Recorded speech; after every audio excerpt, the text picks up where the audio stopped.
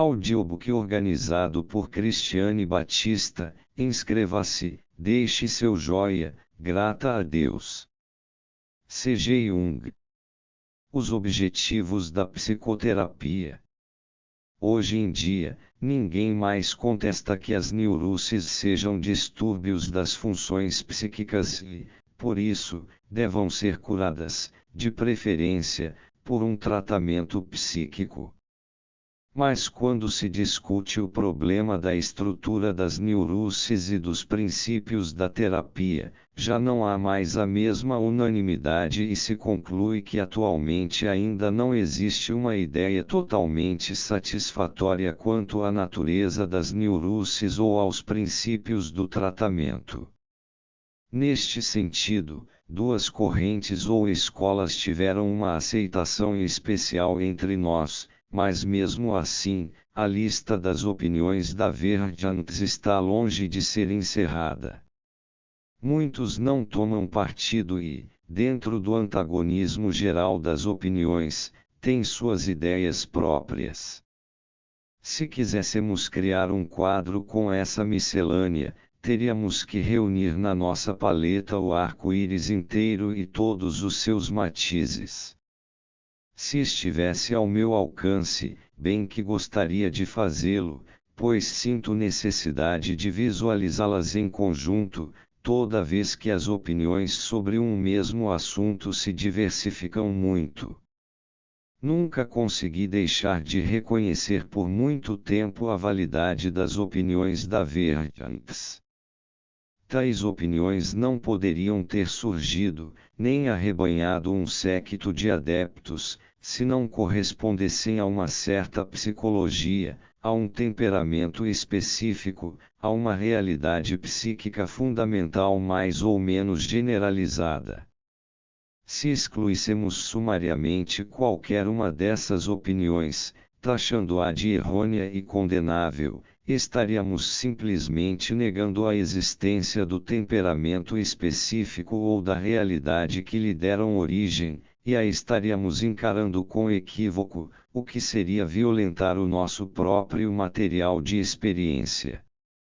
A receptividade que teve a teoria da sexualidade de Freud como etiologia das neuroses, bem como sua ideia de que o fenômeno psíquico gira essencialmente em torno do prazer infantil e da satisfação desse prazer, deveria ensinar ao psicólogo que essa maneira de pensar e sentir corresponde a uma disposição encontrada com relativa frequência, isto é, a uma corrente espiritual que também se manifesta simultaneamente em outros lugares, em outras circunstâncias, em outras cabeças e de outras formas.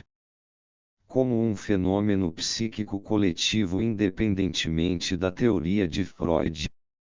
Lembro, por um lado, os trabalhos de Havelock Ellis e Auguste Forel e os colecionadores da antropofiteia e, por outro, os experimentos sexuais da época pós-vitoriana nos países anglo-saxões, além da ampla discussão em torno do tema sexual na literatura, porventura já iniciada com os realistas franceses. Freud é um dos expoentes de uma realidade psíquica contemporânea, que, por sua vez, tem uma história própria, sobre a qual, por motivos óbvios, não podemos nos estender aqui. Os aplausos recebidos por Adler e por Freud, tanto deste como do outro lado do oceano, são prova inegável de que a necessidade de autoafirmação, baseada na inferioridade, é para um grande número de pessoas uma explicação convincente da causa essencial das neuroses. Não se pode contestar que este ponto de vista abranja realidades psíquicas que não são levadas na devida conta pela concepção de Freud. Não será preciso mencionar mais em detalhe as condições sociais e psíquicas coletivas que correspondem à concepção de Adler, e o constituem seu porta-voz teórico. Parece que não existem dúvidas a esse respeito. Seria um erro imperdoável menosprezar a verdade contida nas concepções tanto de Freud como de Adler, mas seria igualmente imperdoável escolher uma delas como a única verdadeira. Ambas essas verdades correspondem a realidades psíquicas. Existem, efetivamente, casos que são mais bem descritos e se explicam melhor por uma, e outros, pela outra dessas teorias. Não posso acusar nenhum desses autores de cometer um erro fundamental, muito pelo contrário, o que procuro é aplicar ambas as hipóteses, na medida do possível, sem perder de vista sua perfeita relatividade. Aliás, nunca me teria ocorrido separar-me de Freud, se não houvesse deparado com fatos reais que me obrigaram a modificar os meus pontos de vista. O mesmo vale em relação a Adler e sua interpretação. Depois do que acabo de dizer, espero que não seja necessário salientar que percebo o mesmo relativismo em relação à verdade contida nas minhas concepções da verdade. Sinto-me apenas como representante de uma outra disposição, a ponto de quase poder confessar com Coleridge: creio em uma só igreja, na única que santifica e cujo único membro, por enquanto, sou eu.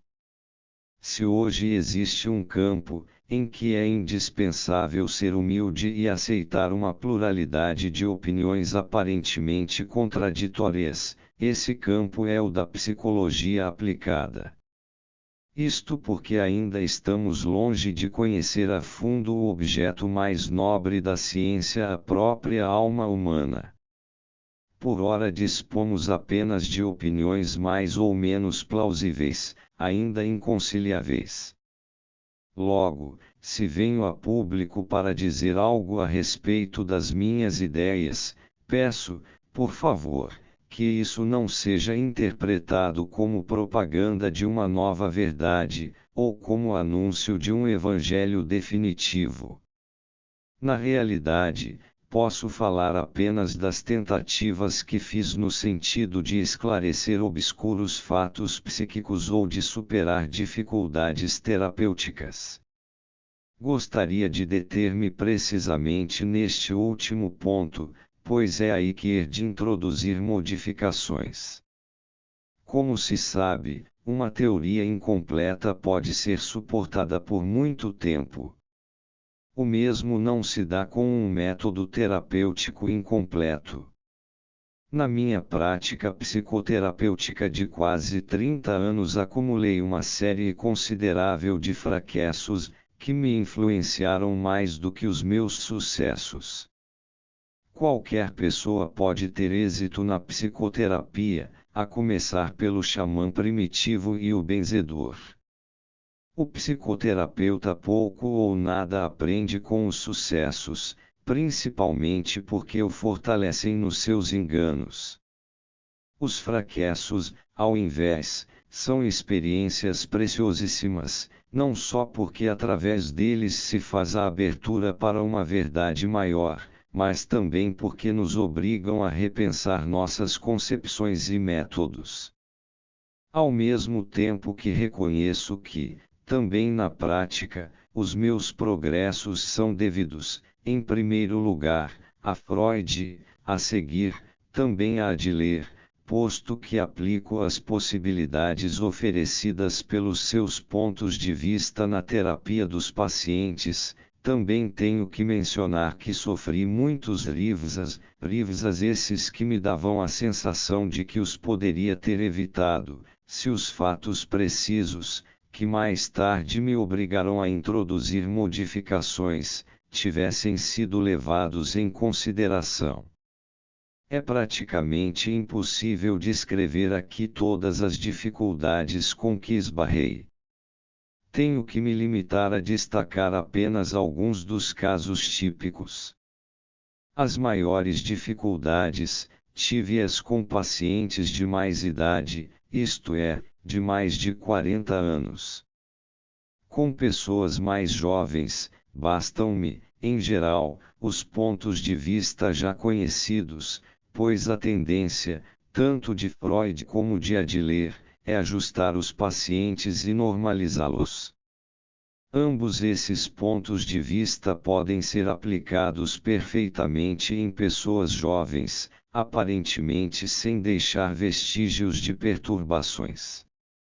A minha experiência mostrou que com pessoas de mais idade isso muitas vezes não ocorre. Aliás, a mim me parece que as realidades psíquicas fundamentais se alteram enormemente no decorrer da vida. Tanto é, que quase podemos falar de uma psicologia do amanhecer e outra, do entardecer da vida. Normalmente a vida do jovem está sob o signo de uma expansão geral, em vista de uma meta precisa a ser atingida. Parece que a sua neurose provém, sobretudo, da hesitação ou do recuo diante do rumo a seguir. Em contrapartida, a vida da pessoa que envelhece está sob o signo da contração das forças, da confirmação do que já foi alcançado e da diminuição da expansão. Sua neurose consiste essencialmente em querer persistir inadequadamente numa atitude juvenil. Assim como o jovem neurótico teme a vida, o velho recua diante da morte. A meta que outrora era normal para o jovem, torna-se um obstáculo neurótico para o velho, exatamente com a hesitação do jovem neurótico, que converte a sua dependência dos pais originariamente normal numa relação incestuosa, contrária à vida. É natural que a neurose, a resistência, o recalque, a transferência, as ficções etc., tenham no jovem um significado inverso do que tem no velho, apesar da aparente semelhança. Consequentemente, os objetivos da terapia também devem ser modificados. Por isso, a idade do paciente me parece um indicador, índice 1, extremamente importante. Mas na fase juvenil também existem vários indicadores, índice. A meu ver, é grande a imprudência de tratar um paciente com as características psicológicas de Adler, ou seja, um fracassado com necessidades infantis de afirmação, pelo sistema de Freud, por exemplo. Inversamente, também seria um equívoco de gravíssimas consequências impor os pontos de vista de Adler a uma pessoa bem-sucedida na vida, com características psicológicas declaradamente libidinosas. Em caso de dúvida, podemos guiar-nos pelas resistências do paciente. Minha tendência é levar a sério as resistências mais profundas, pelo menos inicialmente, por mais paradoxal que isso possa parecer. É que tenho a convicção de que o médico não conhece necessariamente melhor do que o paciente a própria condição psíquica, pois a sua constituição também lhe pode ser totalmente inconsciente. Esta humildade do médico é perfeitamente adequada, visto que, por um lado, a psicologia universalmente válida ainda não existe, e que, por outro, os temperamentos não são todos conhecidos. Muitos psiquismos são mais ou menos individuais, e não se enquadram em nenhum dos esquemas existentes. Sabe-se que reconheço duas atitudes diferentes como fundamentais em matéria de temperamento, e que, para tanto, me baseio nas diferenças típicas já apontadas por muitos conhecedores do ser humano, ou seja, a extroversão e a introversão. Esses dois tipos de comportamento também são por mim considerados indicadores, índice, essenciais, tanto quanto o fato de uma determinada função predominar com frequência sobre as demais. A incrível variedade das vidas individuais realmente exige constantes modificações no tratamento, muitas vezes introduzidas pelo próprio médico de maneira totalmente inconsciente, sem que, em princípio, tenham algo a ver com a teoria que defende. Na questão do temperamento, não posso deixar de mencionar que existem pessoas de postura essencialmente espiritual e outras, cuja atitude é essencialmente materialista. Tais atitudes não podem ser tidas como meros comportamentos adquiridos por acaso ou por equívoco. Não raro, correspondem a paixões inatas, que nenhuma crítica ou poder de persuasão é capaz de extirpar. Até existem casos em que um materialismo manifesto é assim, apenas aparentemente, pois, no fundo, não é senão a negação de um temperamento religioso. Hoje em dia, se acredita mais facilmente, ao que parece, no caso inverso, muito embora não ocorra com mais frequência do que o primeiro. No meu entender, também convém levar em conta este indicador.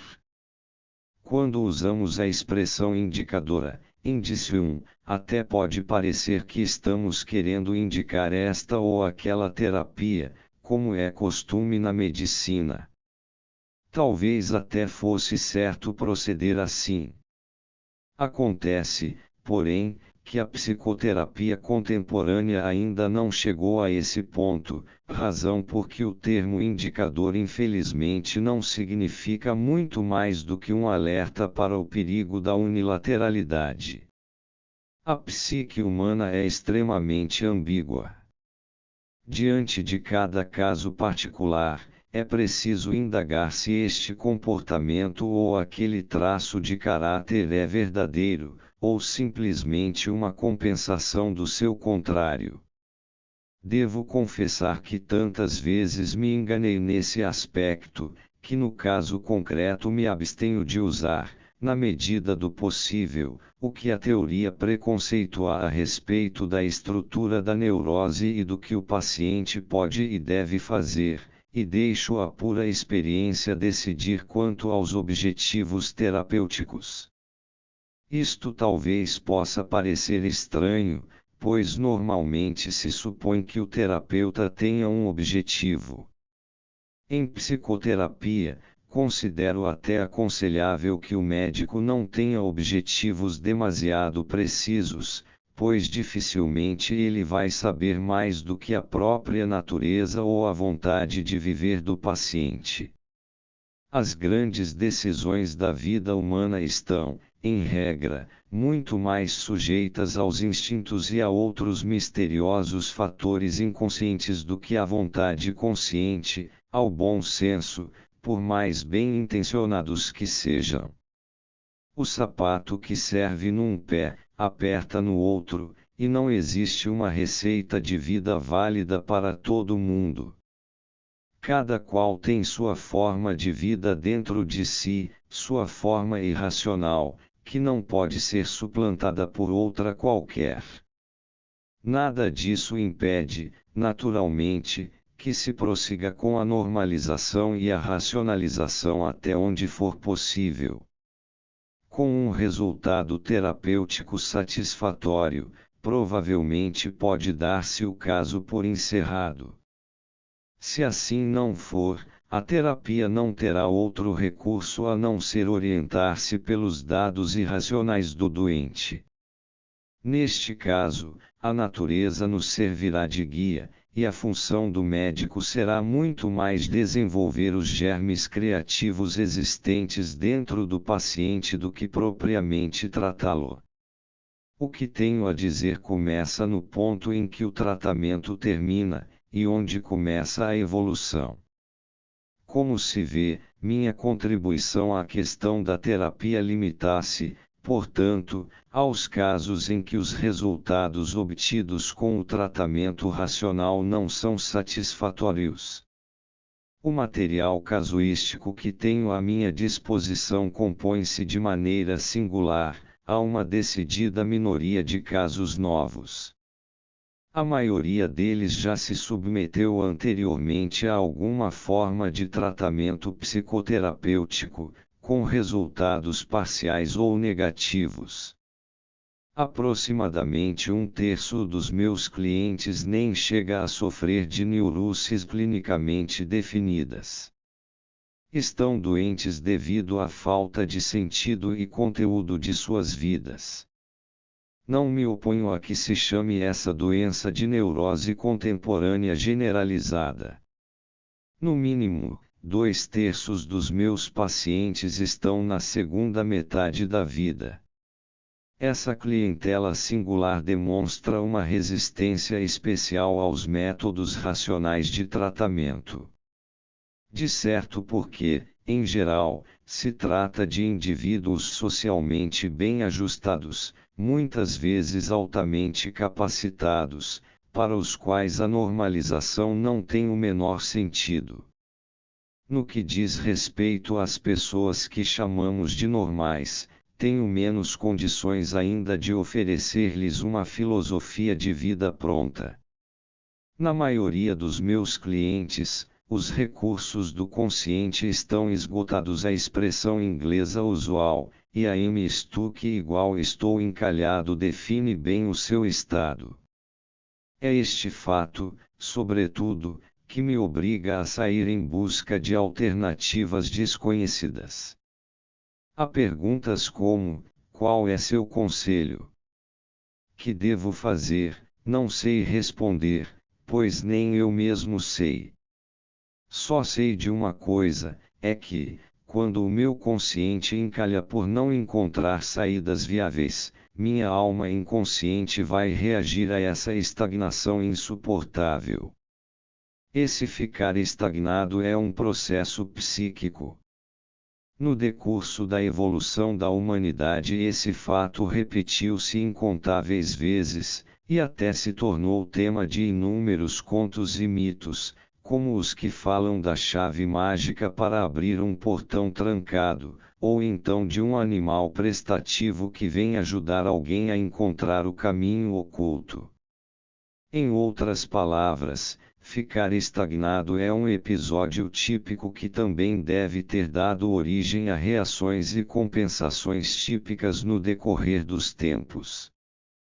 Por isso, é provável que algo de semelhante ocorra nas reações do inconsciente, como nos sonhos, por exemplo. Nestes casos, o que viso, em primeiro lugar, são os sonhos.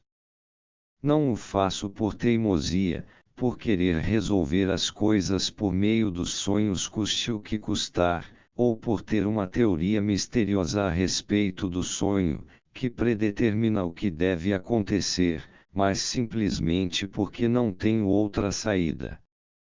Não sei a que mais recorrer. Por isso é que tento encontrar uma pista nos sonhos. Estes dão ensejo à imaginação, que tem que ser indício de alguma coisa. Isso já é mais do que nada. Não possuo uma teoria do sonho. Nem sei como se formam os sonhos. Nem tenho certeza se meu modo de lidar com os sonhos realmente merece o nome de método. Faço meus todos os preconceitos contra a interpretação dos sonhos como sendo a quinta essência de toda incerteza e arbitrariedade. Mas, por outro lado, sei que quase sempre dá bons resultados fazer uma meditação verdadeira e profunda sobre o sonho, isto é, quando o carregamos dentro de nós por muito tempo. Evidentemente, esses resultados não são científicos.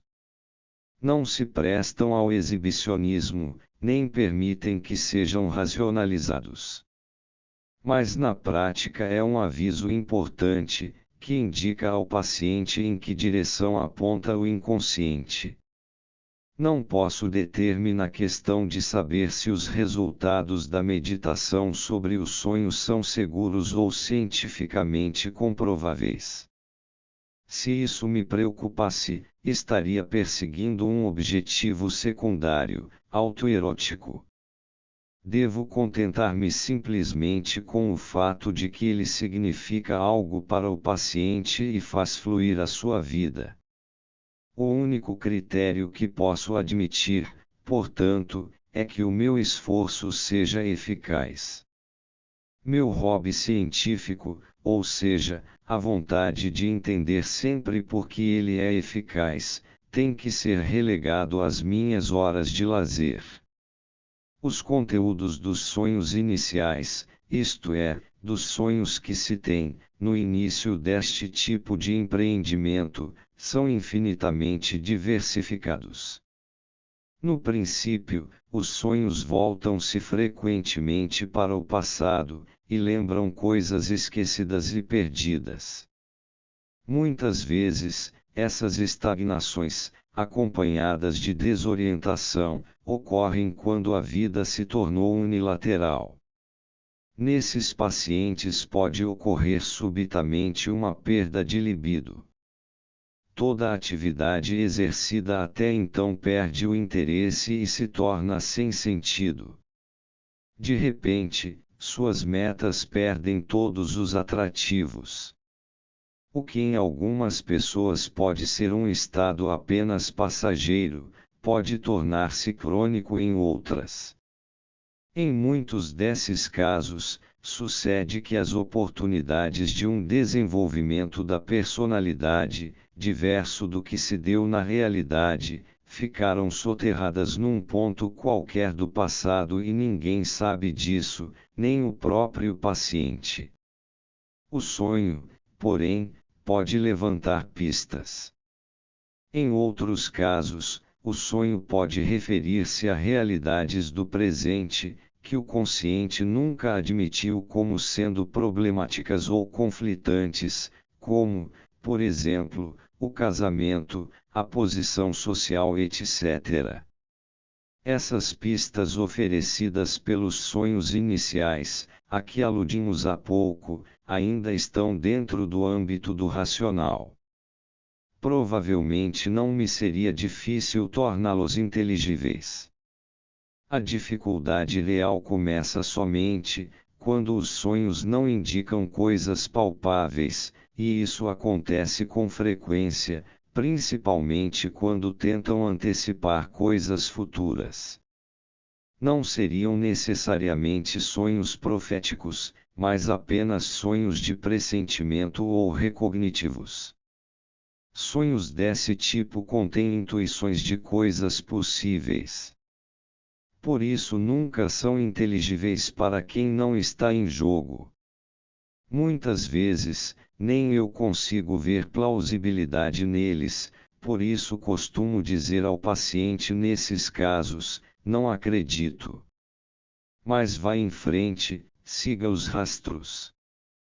Como já ficou dito, o único critério é o efeito estimulante eficaz, mas isso não quer dizer que tenhamos que entender por que tal estímulo ocorre. Isso vale principalmente para os sonhos de conteúdo metafísico inconsciente, isto é, que contenham analogias mitológicas. Nestes casos, pode-se sonhar com formas bizarras inacreditáveis, desconcertantes até, a princípio. Há de se objetar, certamente, como é que sei que os sonhos têm algo a ver com uma metafísica inconsciente? Devo confessar que não sei se os sonhos têm realmente esse conteúdo. O que sei a respeito dos sonhos é muito pouco. Vejo apenas a sua eficácia sobre o paciente. Quanto a isso, gostaria de dar um pequeno exemplo. Num longo sonho de um cliente meu, considerado normal, em início de terapia, o fato principal era que a sobrinha, filha de uma irmã, estava doente. Era uma menina de 2 anos. Na realidade, pouco tempo antes, sua irmã havia perdido um menino por doença, mas nenhum dos seus outros filhos estava doente. À primeira vista, não havia explicação para o fato de sonhar com a criança doente. E isso, porque não devia estar coincidindo com a realidade.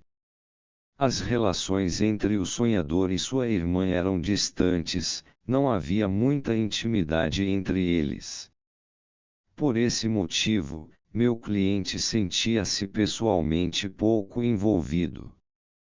Mas, subitamente, lembrou-se de que 2 anos antes tinha começado a estudar ocultismo, tendo descoberto a psicologia na mesma ocasião.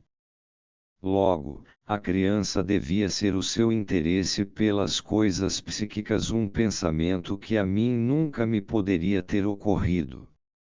Sob o aspecto puramente teórico, essa imagem do sonho pode significar tudo ou nada. Pode acontecer que uma coisa ou um fato tenha um significado em si. A única coisa certa é que quem interpreta, ou quem dá o significado, é sempre o homem. Por ora, isso é essencial para a psicologia.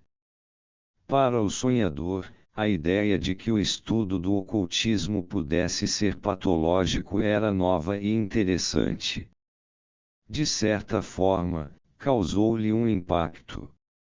E é isso que é decisivo: funciona, independentemente do que pensemos ou deixemos de pensar a respeito. Esse pensamento foi recebido como uma crítica, e como tal propiciou certa mudança de atitude. Essas ligeiras mudanças, que nem poderiam ser imaginadas racionalmente, é que põem as coisas em andamento, e, pelo menos em princípio, a estagnação já está superada. Usando este exemplo num sentido figurado, eu poderia dizer que o sonho achou que os estudos acerca do ocultismo eram patológicos. É neste sentido que posso falar de uma metafísica inconsciente, quando, através do seu sonho, o sonhador é levado a ter ideias desse tipo. Mas não paro aqui. Vou mais longe, pois não dou a oportunidade de ter inspirações a respeito dos seus sonhos apenas ao paciente, dou-a a mim também. Minhas ideias e opiniões também lhe são propostas. Se surtirem efeito pela simples sugestão, tanto melhor, pois, como se sabe, só nos deixamos sugestionar por aquilo que, de alguma forma, já estamos preparados a receber. Nesse jogo de adivinhação, às vezes nos enganamos, mas não tem importância. Na primeira oportunidade, o engano será rejeitado, como um corpo estranho. Não é preciso provar que a minha maneira de interpretar o sonho está correta. Não teria sentido. Mas o que é preciso fazer é procurar, junto com o paciente, o fator eficaz, quase ia dizendo, a coisa verdadeira. Por isso, é de extrema importância para mim ter a maior quantidade de informações possível, a respeito da psicologia primitiva, da mitologia, arqueologia e história das religiões comparadas, pois essas áreas me fornecem preciosíssimas analogias, que servem para enriquecer as inspirações dos meus pacientes. Juntos poderemos fazer com que as coisas, aparentemente sem sentido, se acerquem da zona rica em significado, favorecendo consideravelmente as ocasiões de se produzir a coisa eficaz.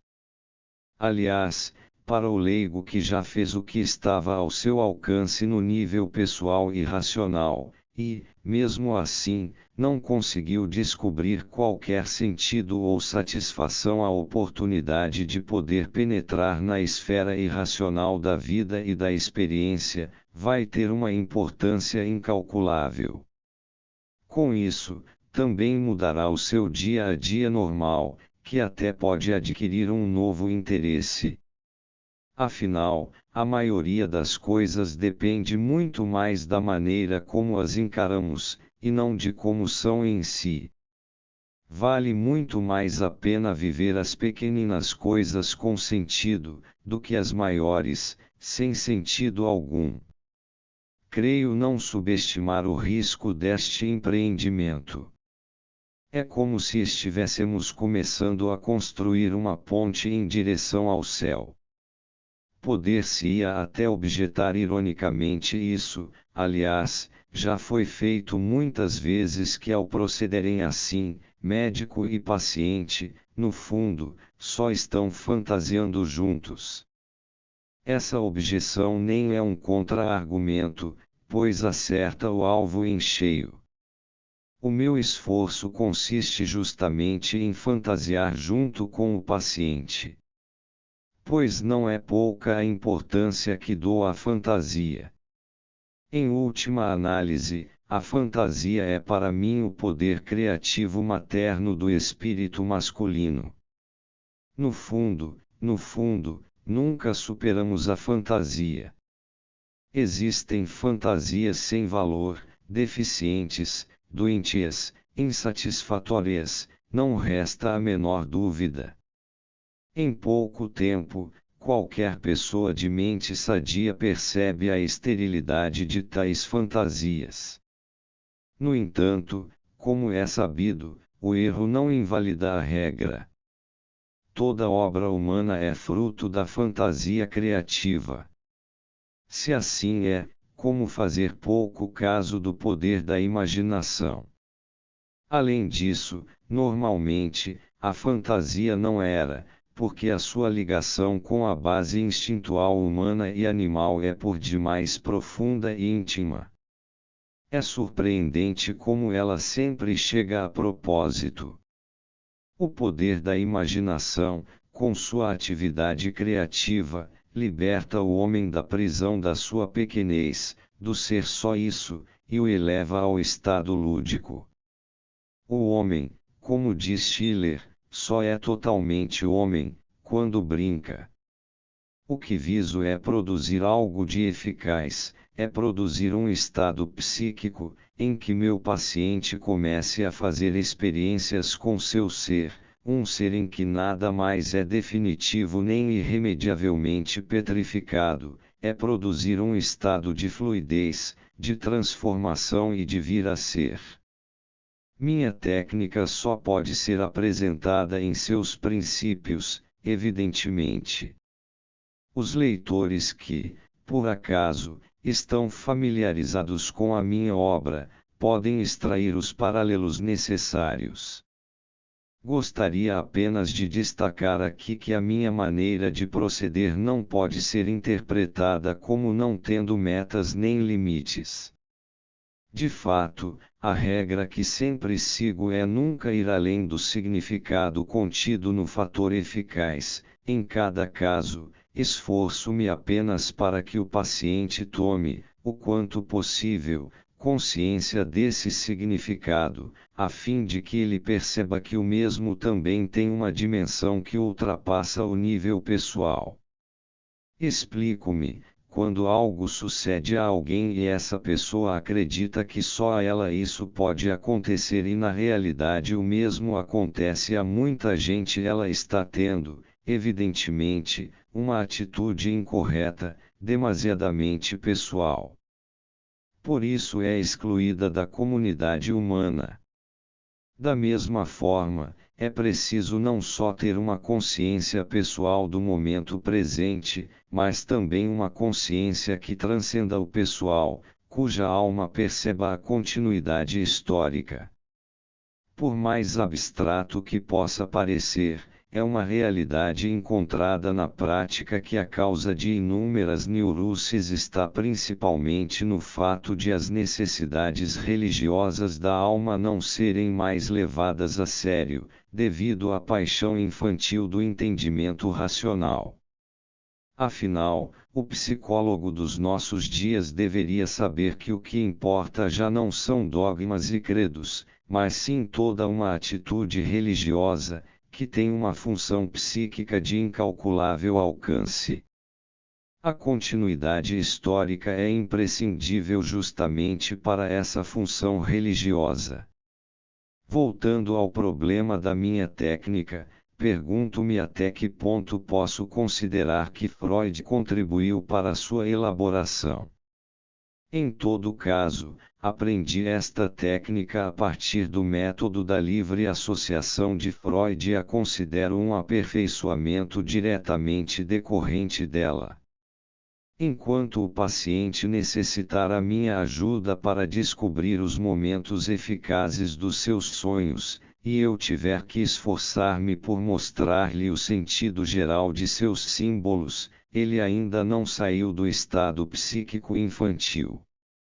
Por um lado, ele depende dos seus sonhos e se pergunta, ansioso, se o sonho seguinte vai iluminar um novo trecho de sua vida. Por outro, depende das minhas ideias a respeito se eu as tiver para que os meus conhecimentos lhe proporcionem outros insights. Logo, seu estado ainda é passivo e pouco propício, tudo ainda é um tanto inseguro e duvidoso. Porque nem ele nem eu sabemos para onde nos conduz a viagem. Muitas vezes não passa de um tatear nas trevas bíblicas do Egito. Nesse estado, nem se espera uma eficácia maior, pois a incerteza é grande demais. Além disso, corremos frequentemente o perigo de que o tecido que tecemos durante o dia se desmanche durante a noite. O perigo a que me refiro é que nada se construa no sentido concreto da palavra, isto é, que nada permaneça de pé.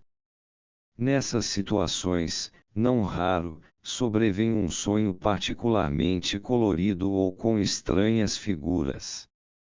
O paciente, então, me diz: sabe, se eu fosse pintor, pintaria um quadro desse sonho. Ou então, os sonhos falam de fotografias, de desenhos ou pinturas, de iluminuras ou cinema. Tenho tirado proveito desses avisos. Por isso estimulo meus pacientes, nessas horas, a pintar de verdade o que viram no sonho ou na fantasia. Em geral objetam que não são pintores, costumo responder que os pintores, hoje em dia, também não o são, que atualmente a arte é totalmente livre, e que o que importa não é a perfeição do quadro, mas unicamente o esforço que se faz para pintá-lo. Recentemente, pude observar o quanto era verdadeira essa afirmação numa cliente minha, retratista profissional de grande talento. Suas tentativas iniciais foram desajeitadas como as de uma criança, até conseguir pintar do modo que eu lhe sugeria. Era literalmente como se jamais tivesse segurado um pincel na mão. É que a arte de pintar exterior é bem diferente do que pintar de dentro para fora.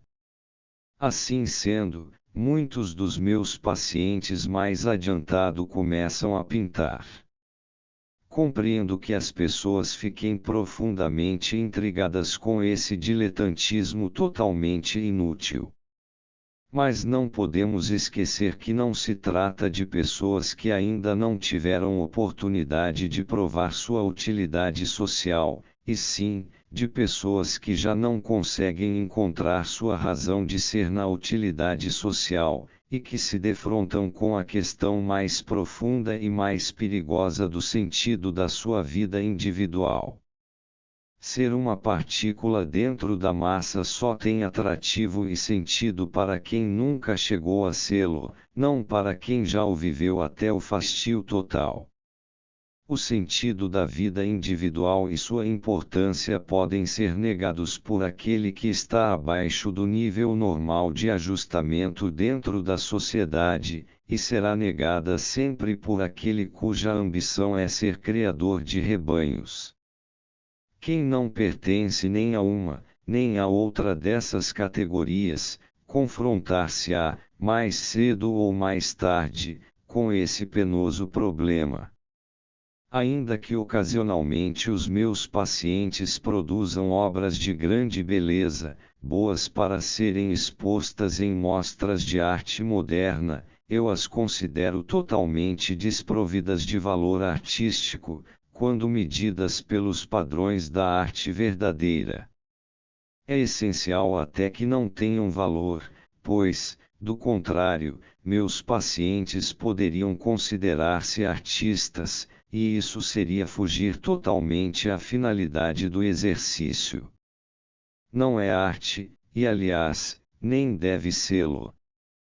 É bem mais que isso, é algo bem diverso do que simplesmente arte, tratasse da eficácia da vida sobre o próprio paciente.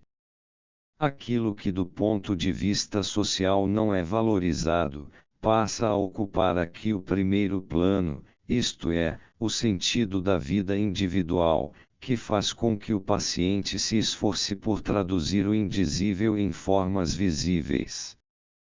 Desajeitadamente. Como uma criança. Mas, afinal, por que razão levo os pacientes a se exprimirem por meio de um pincel, de um lápis, de uma pena, quando atingem um certo estágio em sua evolução? Antes de mais nada, o que interessa é que se produza um efeito. No estágio psicológico infantil acima descrito, o paciente permanece passivo. Nesta fase, passa a ser ativo. Passa a representar coisas que antes só via passivamente e dessa maneira elas se transformam em um ato seu.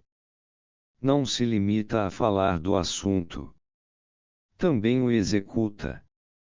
Psicologicamente isso faz uma diferença incalculável, uma conversa interessante com o terapeuta, algumas vezes por semana, mas com resultados que de alguma forma ficam no ar, é totalmente diferente do que ficar horas a fio, às voltas com obstinados pincéis e tintas, para produzir algo, que à primeira vista parece não ter o menor sentido.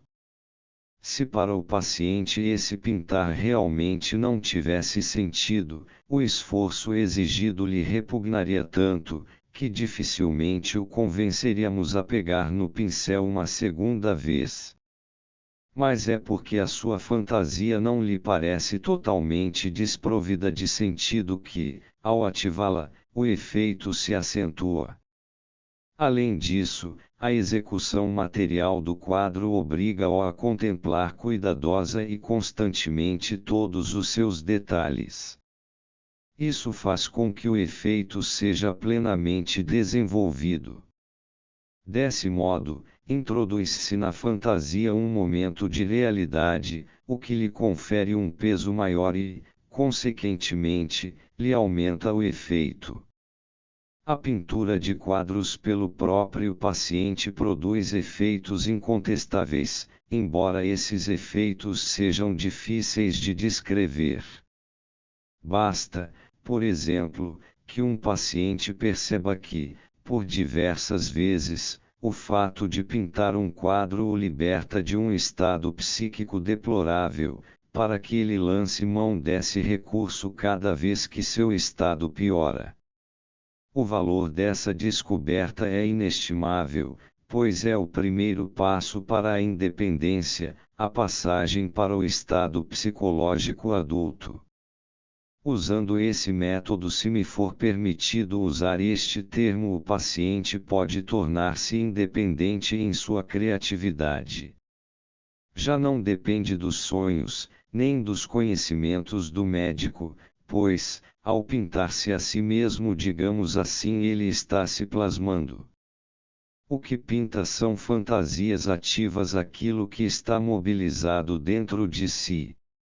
E o que está mobilizado é ele mesmo, mas já não mais no sentido equivocado anterior, quando considerava que o seu eu pessoal e o seu self eram uma e a mesma coisa. Agora há um sentido novo, que antes lhe era desconhecido, seu eu aparece como objeto daquilo que está atuando dentro dele. Numa série interminável de quadros, o paciente esforça-se por representar, exaustivamente, o que sente mobilizado dentro de si, para descobrir, finalmente, que é o eterno desconhecido, o eternamente outro, o fundo mais fundo da nossa alma. Não me é possível dizer quais os pontos de vista e os valores que são assim modificados, nem como o centro de gravitação da personalidade é deslocado.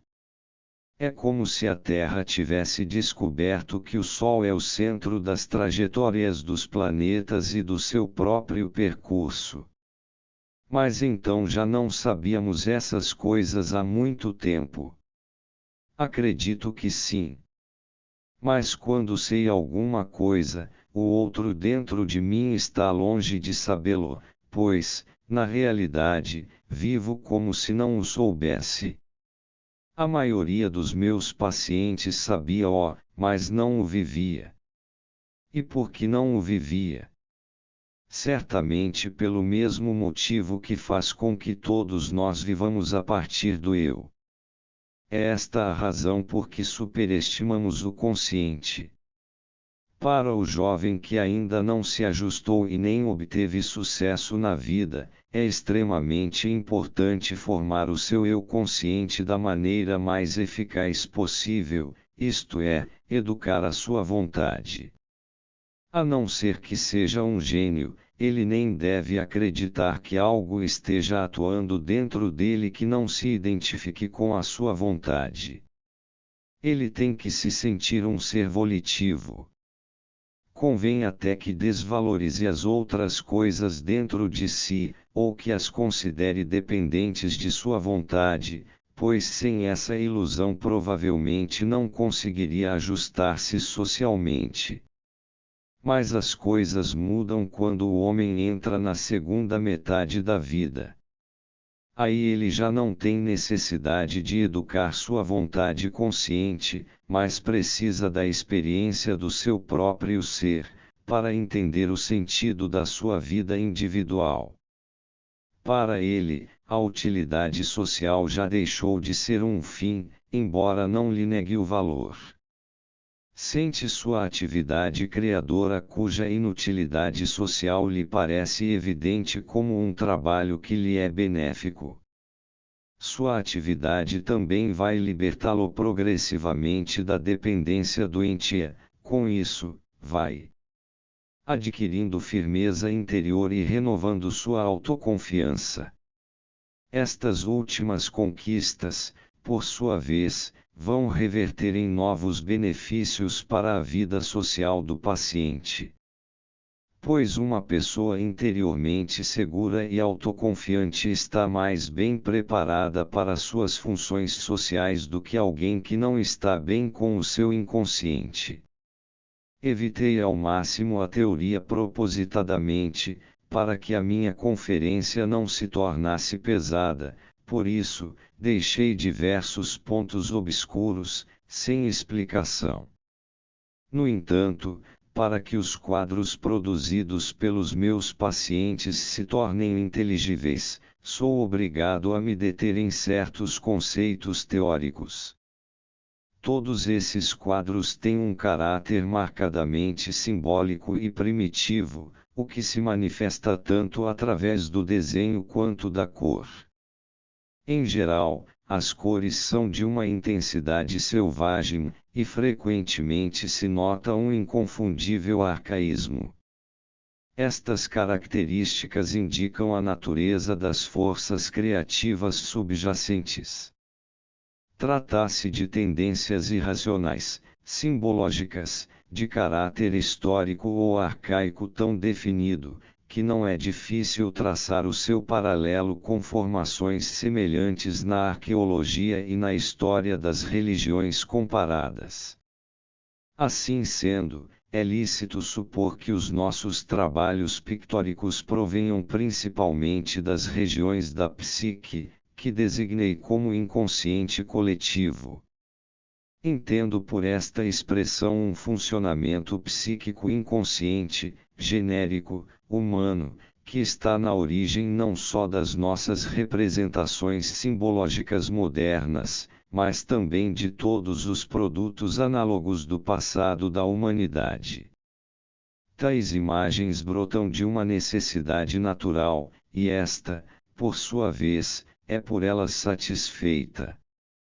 É como se a psique, ao remontar ao estado primitivo, se exprimisse nessas imagens, e assim obtivesse uma possibilidade de funcionar em conjunto com o nosso consciente, que é de natureza diferente, e isso eliminasse ou melhor, satisfizesse as exigências da psique que perturbam o consciente.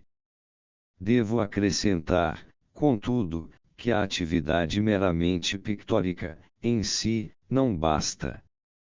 Além dessas representações, é necessário compreender intelectual e emocionalmente as imagens, a fim de integrá-las ao consciente, não só racional, mas também moralmente. Elas também têm que ser submetidas a um trabalho de interpretação sintética. Apesar de ter percorrido esse caminho com muitos pacientes, individualmente, até agora ainda não consegui esclarecer e publicar o processo em todas as suas particularidades. Por enquanto, isso só foi feito parcialmente. O terreno que pisamos é totalmente inexplorado, e o que importa, em primeiro lugar, é adquirir suficiente experiência. Por motivos extremamente sérios, quero evitar por se tratar deste campo precisamente toda conclusão precipitada. Está em jogo um processo vital, extraconsciente da alma, que aqui temos a oportunidade de observar indiretamente. Ainda não sabemos até que desconhecidas profundezas o nosso olhar pode penetrar nesse processo. Como dei a entender há pouco, parece que se trata de uma espécie de procura do centro. Muitas imagens decisivas percebidas como tais principalmente pelo próprio paciente apontam nessa direção. Nesse processo da procura do centro, parece que o que chamamos de eu ocupa uma posição periférica. Ao que parece, essa mudança é provocada pelo afloramento da parte histórica da alma. Por ora, a finalidade desse fenômeno permanece obscura. A única coisa que podemos constatar é seu notável efeito sobre a personalidade consciente.